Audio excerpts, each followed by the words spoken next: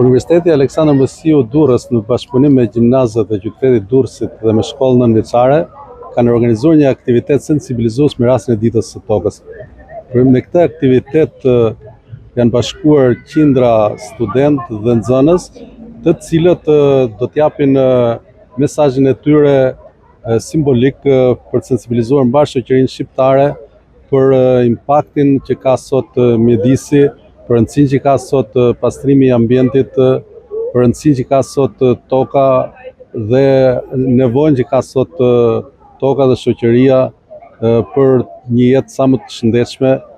natyrisht nevojitet një ajër sa më i pastër. Në këtë mënyrë, sot është dita e parë që fillojmë sensibilizimin e qytetarëve, duke dhënë shembullin ton konkret simbolik, duke pastruar mbeturinat, shishet plastike, shishet e qelçit, duke i dërguar ato tek kompanitë private për riciklim.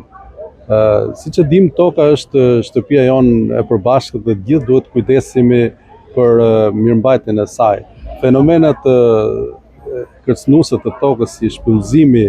si hedhja e mbetjeve plastike dhe mbetjeve tjera urbane pa kriter dhe përdorimi pa kriter i mjeteve transportit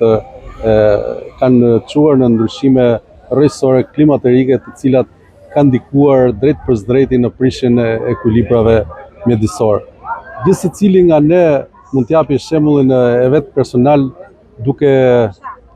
përdorur metoda alternative, duke hequr dorë nga përdorimi i materialeve të plastikës dhe i shisheve të qelçit, ose duke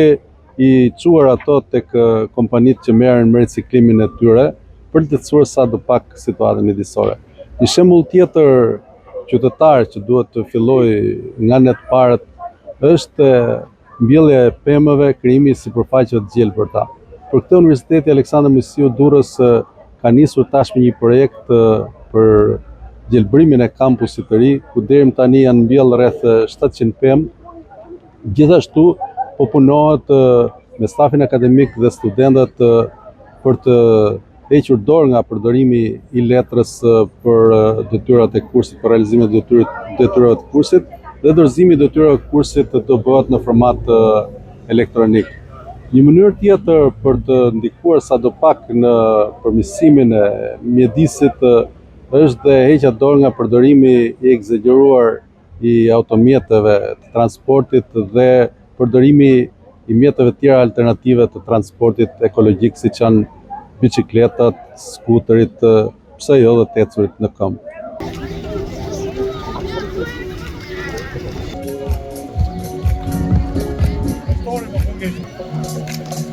Your sky,